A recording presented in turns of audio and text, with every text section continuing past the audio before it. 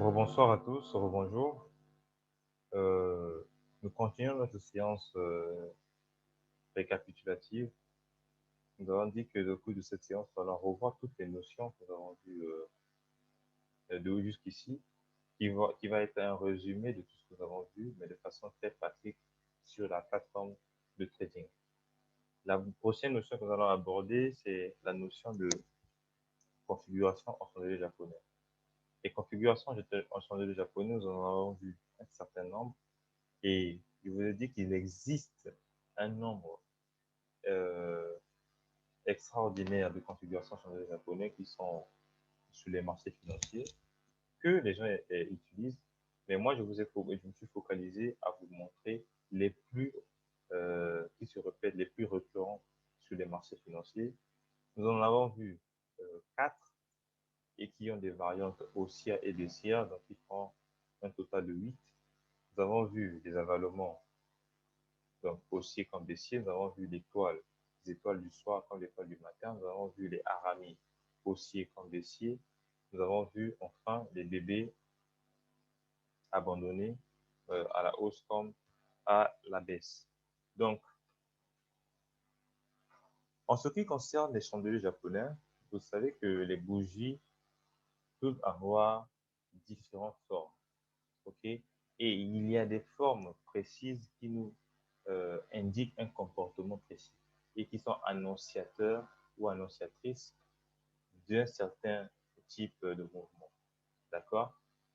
En ce qui concerne les chandeliers japonais, il y a une chose très importante que vous devez comprendre, c'est quoi? C'est que le plus important dans le chandelier japonais, ce n'est pas seulement la figure qui est formée, mais dans quel contexte c'est formé. Vous devez toujours vous poser la question, à quel niveau cette figure de retournement s'est formée. OK? C'est parce que la figure de retournement peut se former au milieu de nulle part, OK? Au milieu d'un mouvement haussier, par exemple, on peut avoir, par exemple ici, ça, on appelle ça, OK, ça, on appelle ça quoi? On appelle ça étoile du soir. Cette bougie verte, cette bougie rouge et cette bougie-là, on appelle ça étoile du soir. Et qui est une figure de retournement à la baisse. D'accord? À la baisse. Donc, quand j'arrive ici, bon, cet exemple, elle est un peu confuse. Pourquoi? Parce qu'on a aussi une ligne de tendance qui est celle-là. Donc, cette configuration haussière, est baissière avec ce contact sur la ligne de tendance à la hausse pour constituer un signal de vente assez pertinent. Donc, je ne vais pas le prendre parce que lui, il est bien à sa place. OK? Mais si je prends par exemple celui-là, ça, c'est ce qu'on appelle un harami. OK? Un harami baissier. D'accord? Le harami baissier, c'est une configuration à la baisse. C'est-à-dire que c'est une figure qui t'annonce que le prix va se retourner. Maintenant, si tu arrives ici, tu vois que le prix est en train de monter et tu vois que, OK, là, j'ai un harami baissier, je vais entrer à la baisse. Qu'est-ce qui se passe? Boum, le prix continue à monter. OK? Donc, c'est important de savoir exactement à quel niveau le prix s'est formé et la configuration en chandelier japonais s'est formée. Et comme complément, vous allez comprendre que les éléments que nous avons vus précédemment, c'est-à-dire que les supports, les résistances, les lignes de tendance et les canaux de tendance, je m'excuse, sont des zones privilégiées là où on peut considérer les configurations en chandelier japonais. Nous allons passer en revue toutes nos configurations en chandelier japonais, les 8 que nous avons vues jusqu'ici. Je ferai de mon mieux en fait à couvrir toutes, les couvrir toutes, mais vous les connaissez, vous avez vu dans ma vidéo à quoi ils ressemblent. Donc vous pouvez aller vous-même dans les graphiques et vous entraîner à les retrouver. Donc, nous allons commencer simplement là où notre séance précédente a commencé. OK, premièrement, quand j'arrive devant les marchés, Ok. Quand j'arrive devant les marchés, qu'est-ce que je fais? Je détermine la tendance. Quelle est la tendance en cours? Je vois que mon prix a déjà rebondi déjà plus de 3 fois sur cette ligne de tendance. Ok, une fois, 2 fois, 3 fois. Une fois, 2 fois, 3 fois. Ok. Qu'est-ce que je dis? La tendance haussière, elle est saine. Donc, le prix est haussier. Deuxièmement, je commence à trader à partir du troisième rebond. Donc, au niveau du troisième rebond, je m'apprête à rentrer en position, c'est-à-dire ici. Ok, je m'apprête à rentrer comment? À la hausse. Pourquoi à la hausse? Parce que le mouvement m'a été confirmé qu'elle est haussière et qu'il est haussier. Et que parce que le mouvement est haussier, moi, je veux privilégier quoi? Les impulsions, pas les corrections. Juste les impulsions. Dans un début, je vous ai dit apprenez à ne trader que les impulsions. Et dans un second temps, vous allez voir qu'on peut trader aussi les corrections. Mais là, il faut vraiment être un trader qui a de l'expérience pour savoir un peu dans quelles conditions on peut trader une impulsion ou dans quelles conditions il ne faut pas trader cette impulsion-là. Donc, quand j'ai tous ces éléments-là, c'est-à-dire que j'ai une fois, 2 fois, 3 fois, une fois, 2 fois, 3 fois, et que je m'apprête à rentrer au niveau du troisième rebond, je vais me poser la question, quelle est la configuration en chandelier japonais qui s'est formée à ce niveau? Okay? C'est là que je considère les configurations en chandelier japonais. Pas n'importe où, pas au milieu du graphique, pas à n'importe quelle zone. Je les considère au niveau des supports, au niveau des résistances, au niveau des lignes de tendance, au niveau des canaux de tendance. Voilà exactement où est-ce que je considère mes configurations en chandelier japonais. Pas n'importe où au milieu du graphique. Donc, quand je vois une configuration en chandelier japonais, je dois me rassurer, est-ce que c'est un support? Est-ce que c'est une résistance? Et si c'est une résistance ou un support ou une ligne de tendance ou un canal de tendance, est-ce que c'est une tendance saine, c'est-à-dire que clairement visible? Est-ce que c'est un support fort ou une résistance forte, c'est-à-dire qu'au moins 3 rebonds sur cette zone? À partir de là, je peux dire que, OK, si tous ces paramètres sont vérifiés, effectivement, je peux considérer cette configuration en chandelier japonais. J'avais pris l'exemple d'un million de dollars. 1 million de dollars, quand vous êtes dans le désert, sans eau, sans issue à l'horizon, ça vous sert à exactement rien du tout. OK, c'est totalement inutile. D'accord? Donc, dans ce cas de contexte, un bidon d'eau est plus important qu'un million de dollars parce que si vous prenez le million de dollars, vous ne pouvez pas le boire. Et si vous ne pouvez pas boire, vous allez mourir de soif. Et cet argent va vous servir à rien. OK? Ce qui veut dire quoi? Ce qui veut dire que les configurations en chandelier japonais en trading, c'est le million de dollars. C'est-à-dire que c'est des configurations, c'est des outils très puissants, très utilisés. Mais quand ils sont utilisés dans le mauvais contexte, ils ne servent totalement à rien et puis vous induisent en erreur. Voilà pourquoi je vous ai dit qu'il faut l'utiliser dans le bon contexte. Donc, nous allons prendre un exemple. Vous voyez que là, c'est juste une parenthèse que je veux ouvrir. Vous voyez que là, nous avons une tendance, un marché en tendance, c'est-à-dire que nous avons ceci, une tendance haussière clairement établie, saine. Vous voyez que dans cette tendance haussière, nous avons cette configuration ici, là. C'est quoi? Un range. C'est un range. Donc, on est dans une tendance haussière, mais on a ce qu'on appelle quoi? Un range. Exactement la même chose ici. D'accord? On a aussi un range ici. D'accord? Donc, il faut savoir les remarquer. Vous allez voir, les ranges, le plus souvent, sont des endroits où le prix accumule des ordres, accumule, et puis boum, il explose. Ok, donc là, le prix accumule, et puis boum, il explose, et puis il se retourne. D'accord? Donc ça, c'est parenthèse refermée. Donc, je disais ceci, il est pertinent de considérer le contexte dans lequel la configuration s'est formée. D'accord? Donc, si je prends par exemple ce range-là, rappelez-vous que je suis en unité de temps H4, c'est-à-dire que chaque bougie vaut 4 heures, ce qui veut dire que ces séparateurs de période-là, c'est quoi? C'est une semaine.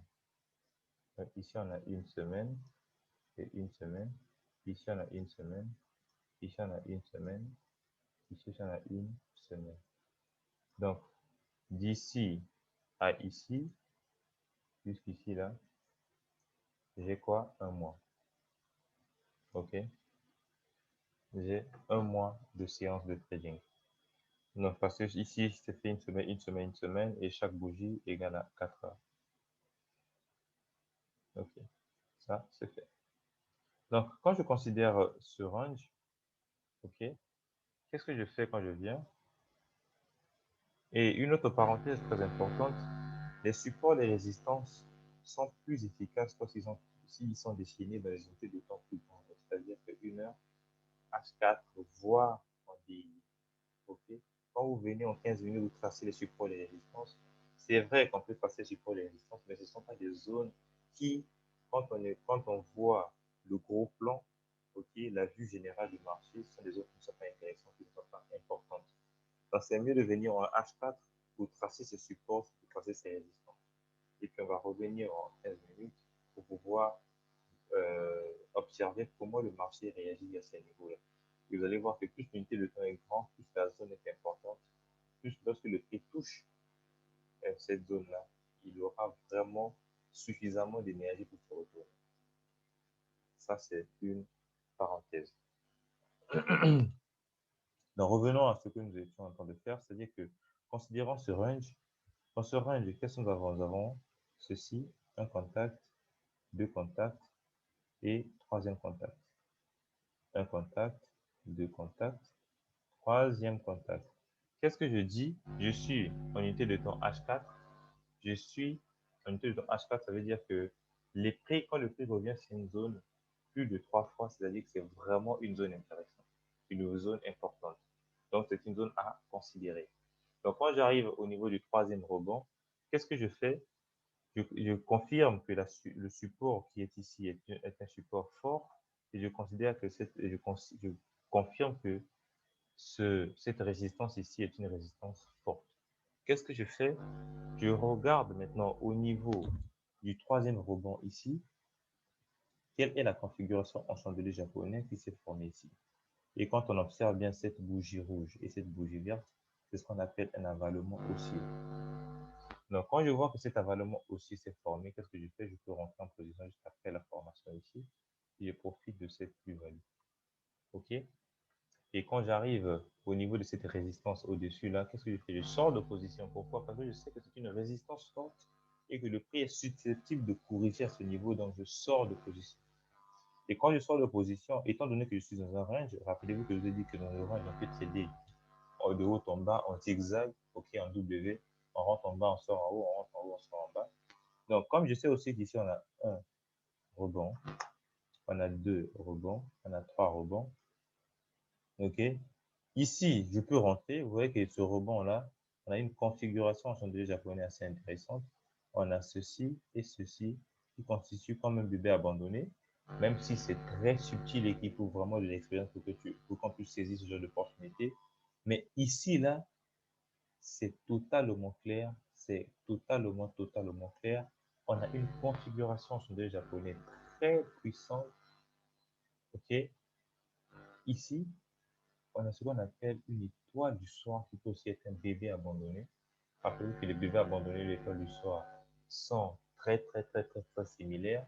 Ce qui change, c'est la bougie du milieu. Ok, cette bougie qui est là, souvent, au niveau du bébé abandonné, c'est tellement petit que c'est juste une croix. Ok, le plus souvent. Donc, quand on arrive ici, j'ai ça, cette configuration-là au niveau de mon range. Qu'est-ce que je fais?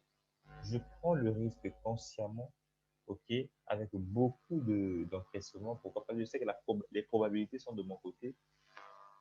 Parce que tous mes critères pour confirmer support et résistance forte sont confirmés et j'ai une configuration sur le japonais très intéressante. Je rentre à la baisse.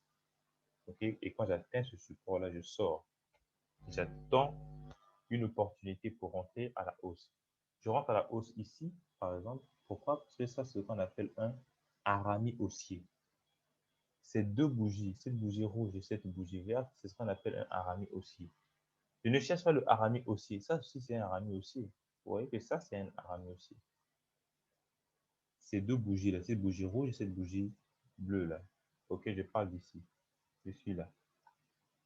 Mais je ne considère pas cet Arami haussier. Pourquoi? Parce qu'il est nulle part. Il n'est dans aucun contexte. Ok, je ne le considère pas parce qu'il n'est pas dans un contexte de marché qui me dit, moi, que cette zone-là est une zone intéressante dans laquelle le prix peut corriger.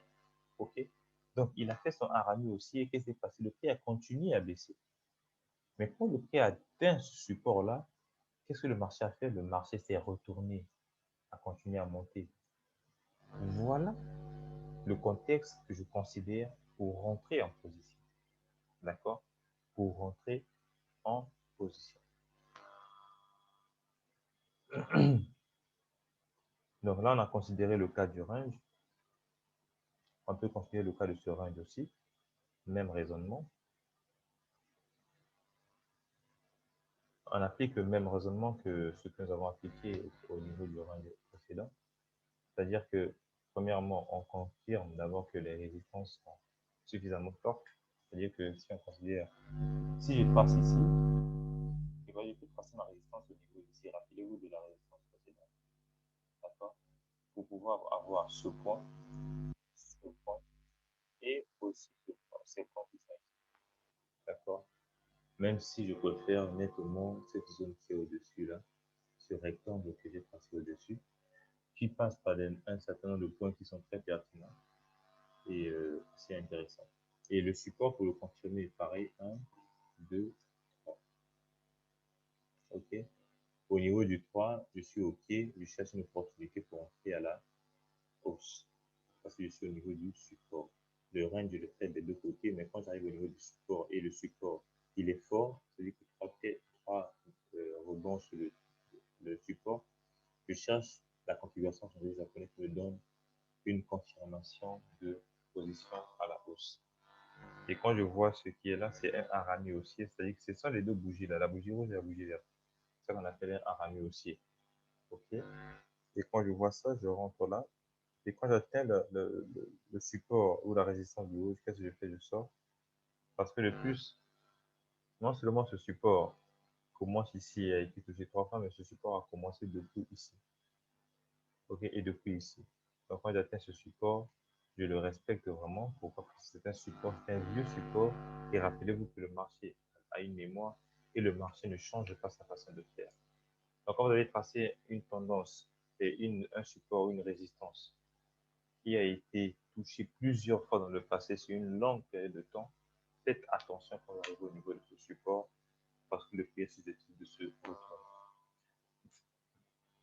OK. Donc le raisonnement est le même. Et il y a une configuration qui est très puissante, d'accord? C'est lorsque, je vais vous montrer le cas de figure, ok? C'est lorsque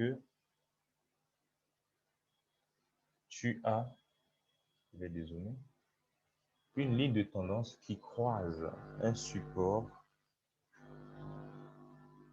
et en plus, tu as une configuration en chandelier japonais qui le confirme.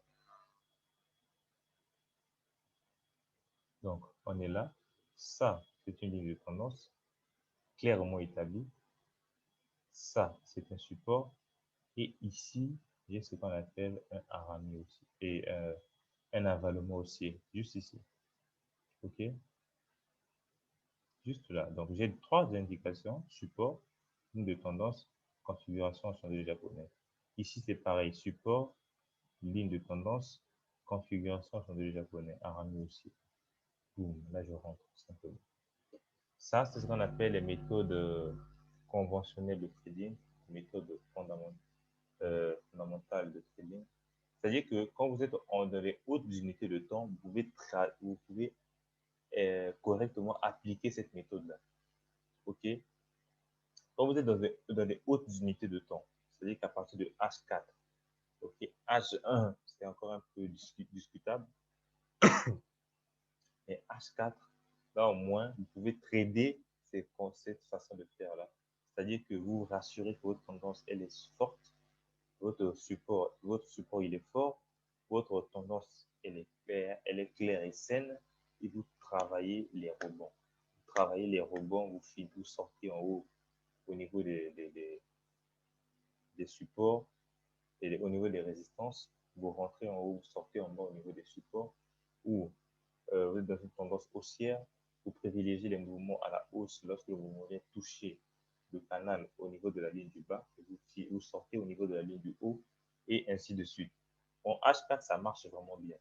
Donc, si vous vous êtes appliqué dans les exercices, appliquez-vous dans les exercices, c'est-à-dire que tracez les lignes de tendance, et au niveau des points de contact, là où le prix vient toucher les lignes de tendance, qu'est-ce que vous faites?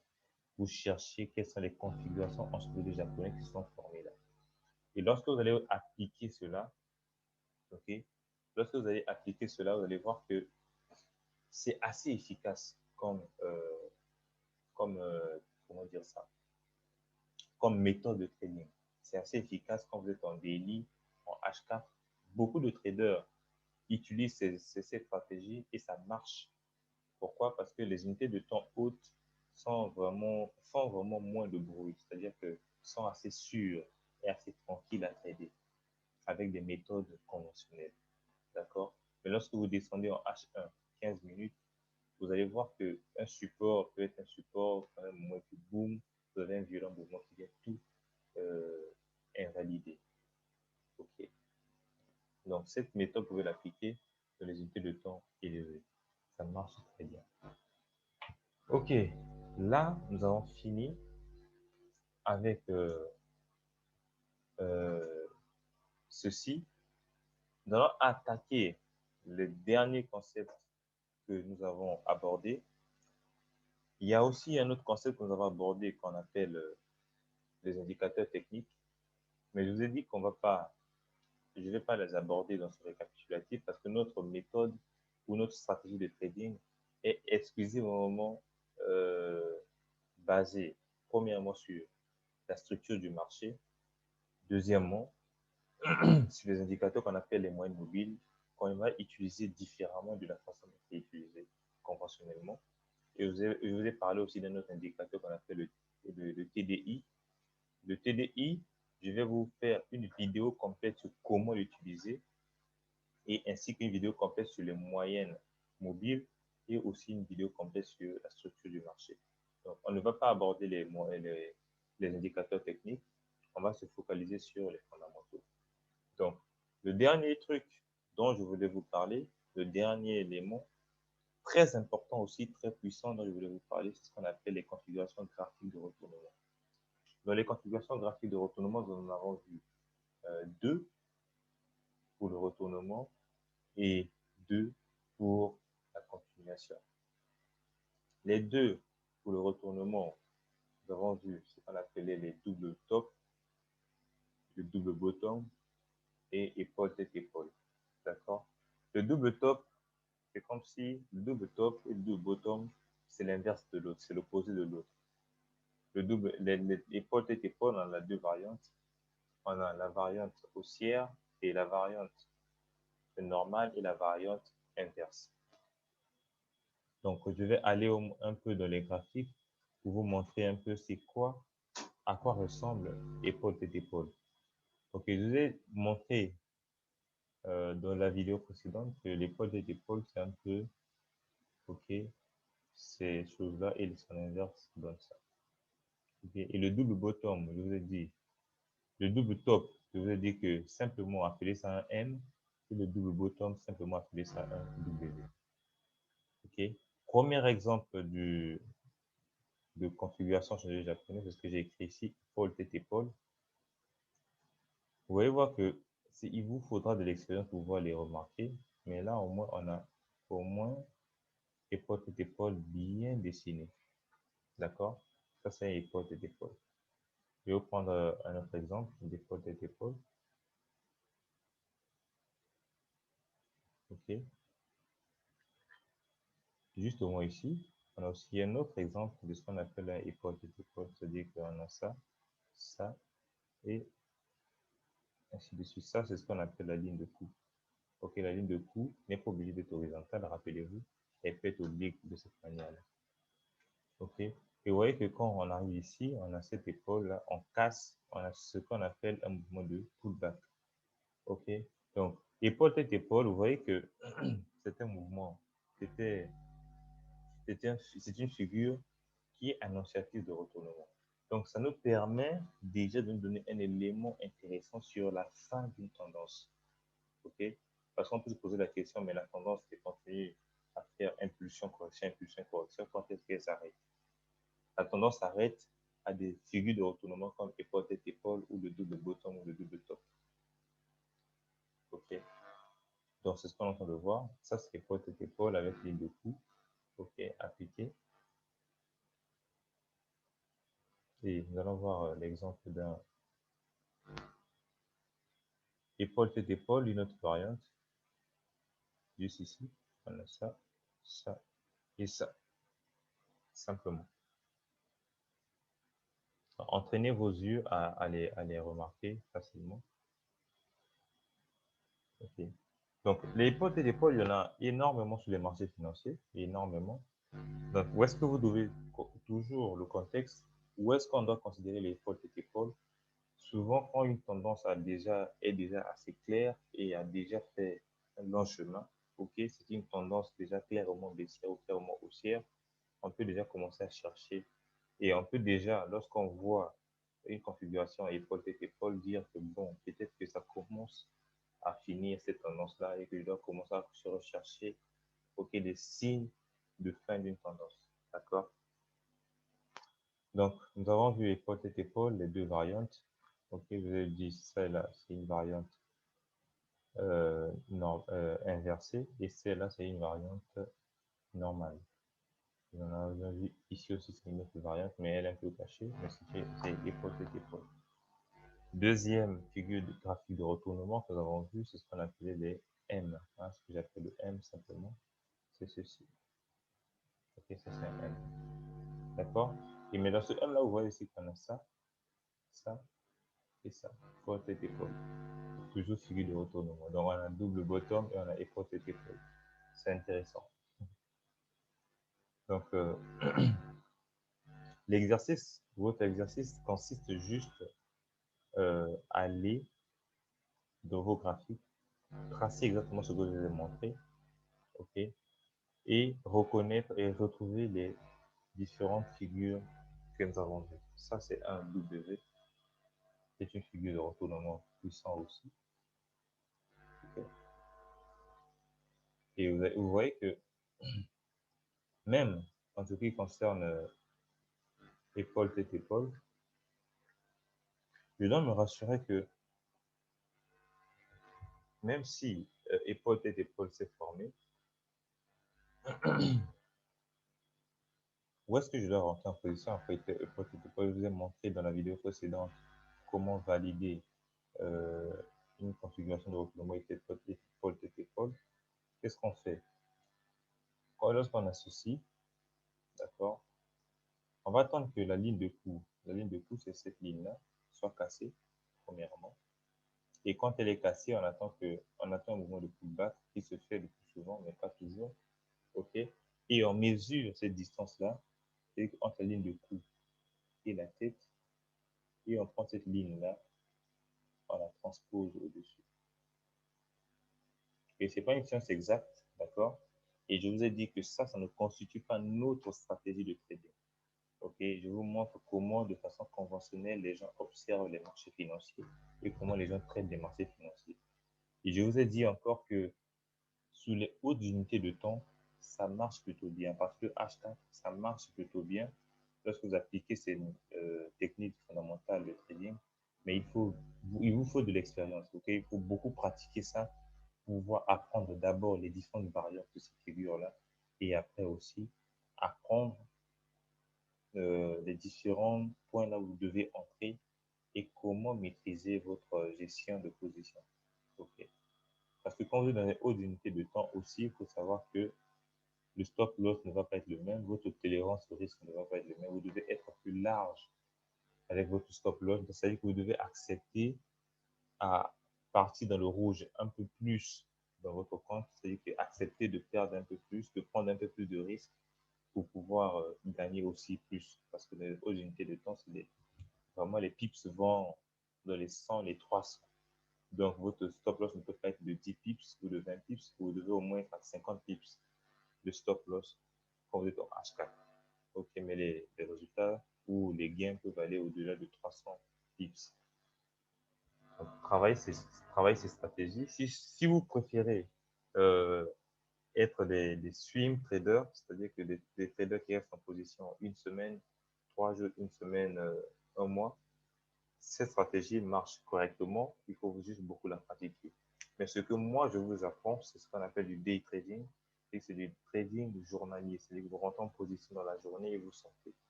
Vous pouvez faire du swim, mais c'est plus du day trading. Je vais vous montrer dans quelles conditions vous pouvez laisser les positions courir un peu plus longtemps avant de les couper. Et je vous apprends principalement du day trading. Voilà pourquoi je vous dis que pour ceux que ça intéresse, vous pouvez apprendre ces techniques de base et les appliquer et les répéter, les pratiquer suffisamment pour pouvoir développer des réflexes de marché. Donc, nous avons vu que ceci est un double top ici. Ici, c'est un double bottom, un W. Et vous voyez que partout là où c'est rose là, vous voyez voir, c'est des configurations en chandelier japonais, pas n'importe où, mais au niveau des contacts, au niveau de contact avec quoi? Les lignes de tendance. Les lignes de tendance, les canaux de tendance. OK? Maintenant, ici, j'ai laissé exprès de ne pas tracer les supports et les résistances pour pouvoir tracer ce devant vous. Vous allez voir qu'à partir d'ici à ici, nous avons pas une résistance. Okay? Je peux la dire. Nous avons une résistance. Je peux tracer celle-là aussi avec une résistance. Vous voyez que ça passe au moins par 1, 2, 3 points. OK? Ça c'est un support. D'accord? Ici, je ne vois pas trop de support ici. Peut-être que le prix va revenir ici plus tard, je ne sais pas. Observons. D'accord. Donc c'est un peu ça. Au-dessus, comme ça, vous voyez que ça touche un peu un certain nombre de points. Et ici aussi, c'est pareil, ça touche un certain nombre de points. Donc tracez-moi les supports, tracez les résistances, tracez les canaux de tendance, encerclez les configurations en chandelier japonais. Comme vous voyez sur mon écran, vous voyez que c'est comme ça en fait qu'on travaille sa stratégie de trading. C'est comme ça qu'on travaille pour développer des réflexes au niveau de l'interprétation des marchés financiers. Donc, il faut rentrer dans votre graphique. Vous voyez que ça demande beaucoup de travail. Écrire, encercler, tracer, dessiner, toutes ces choses-là, ça demande du travail. Mais ça développe des réflexes. Vous allez voir que quand vous allez venir devant les graphiques, vous n'aurez plus besoin de les dessiner. Automatiquement, vous allez les voir. Donc, faites ce travail-là. Je veux que ça ressemble à ceci. OK? Prenez le temps pour dessiner, remarquer. OK? Si vous ne vous retrouvez pas, revenez sur cette vidéo. OK? Regardez encore comment est-ce que j'ai tracé. OK? Comment est-ce que j'ai tracé? Vous voyez que j'ai modifié ma ligne de tendance. Pourquoi? Parce que la ligne de tendance doit être extrême. Ça doit passer par des points extrêmes et pas le maximum de points possible. OK? Ainsi de suite. D'accord? Donc, tracez ceci exactement comme ça.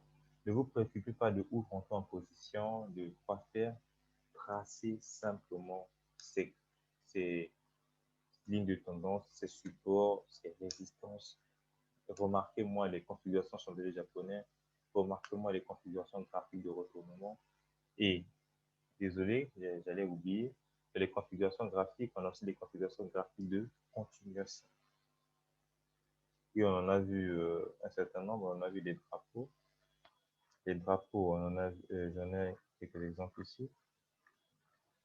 Ok, ça, ce sont des drapeaux, c'est-à-dire qu'on est dans une tendance baissière et qu'on a cette consolidation ici à la hausse et qui, en fait, est annonciatrice de continuation et non de retournement. Et la même chose pour ici, ça aussi, c'est un drapeau. Donc, on a cette baisse, consolidation, drapeau en descend, consolidation à la hausse, drapeau en descend. Ça aussi, c'est un drapeau, on monte, consolidation, on monte, consolidation. Bon, donc, ça, ce sont les drapeaux qui sont là. OK? Donc, simplement, c'est facile à retrouver. Allez-y voir les drapeaux, vous allez voir que vous avez une tendance haussière ou baissière. Quelles sont les configurations du drapeau que j'ai expliqué dans ma vidéo précédente. Donc, voilà. Un peu en long et en large, je vais faire ça en deux parties pour pouvoir permettre à tout le monde de prendre son temps, d'assimiler la première vidéo, d'assimiler la deuxième vidéo. Donc prenez ce temps-là pour tracer un peu. Vous voyez comme c'est joli, c'est beau à voir et ça vous permet, vous pouvez aussi faire des screenshots. Ok, vous pouvez faire des screenshots.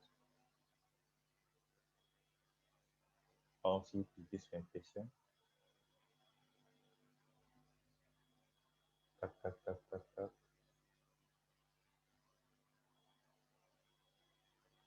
et vous mettez OK,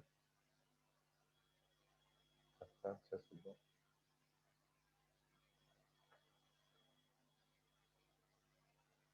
Je vais mettre ça sur le bureau rapidement.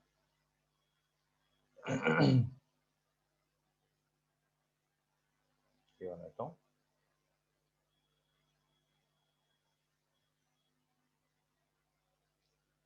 Bon, quand ça prend un peu plus de temps, c'est ça en fait. Et quand vous prenez ces images-là, vous gardez ces images-là, vous allez voir que vous allez partir peut-être dans le passé. Vous venez, vous pouvez, tout le monde dans son ordinateur a l'outil capture d'écran, venez nouveau. Vous faites une capture d'écran avec la devise. Vous faites ça comme ça. Simplement. Voilà.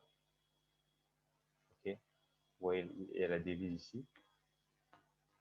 Et vous avez toutes les configurations sur le japonais. Vous pouvez juste venir. Vous avez la ligne de tendance, ainsi de suite. Oui, c'est facile. Ça vous permet de repartir même hors connexion, de prendre ces captures d'écran-là, de réviser et puis de regarder, développer votre regard.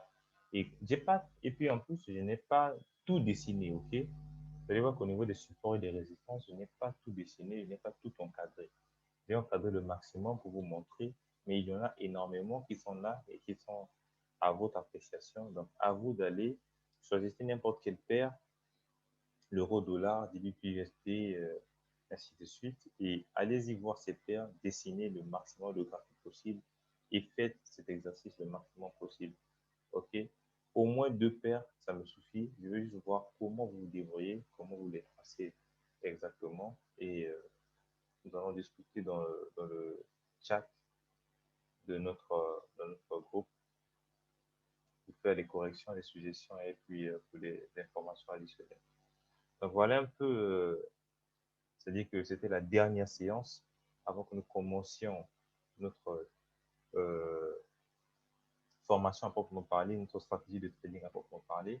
Et il est essentiel pour vous de comprendre ces notions de base là, pour pouvoir rentrer dans le vrai sujet, dans le vif du sujet. Nous allons laisser le lait, nous allons passer à la minute du adulte.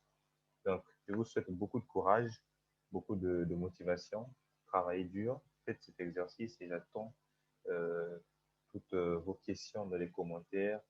Abonnez-vous, n'oubliez pas de vous abonner à la chaîne, c'est toujours très intéressant. Quand on est nombreux, commentez, posez vos questions, ça va vous permettre à les prochaines personnes qui sont dans le besoin de lire les commentaires et de trouver les réponses. Et dans le cas où vous voulez me contacter personnellement, vous êtes dans le groupe. Euh, si vous êtes dans le groupe, vous m'écrivez directement dans le groupe et vous allez voir que je répondrai directement, automatiquement, sans délai. Donc, sur ce, je vous souhaite une très bonne journée ou une très bonne soirée. Prenez soin de vous et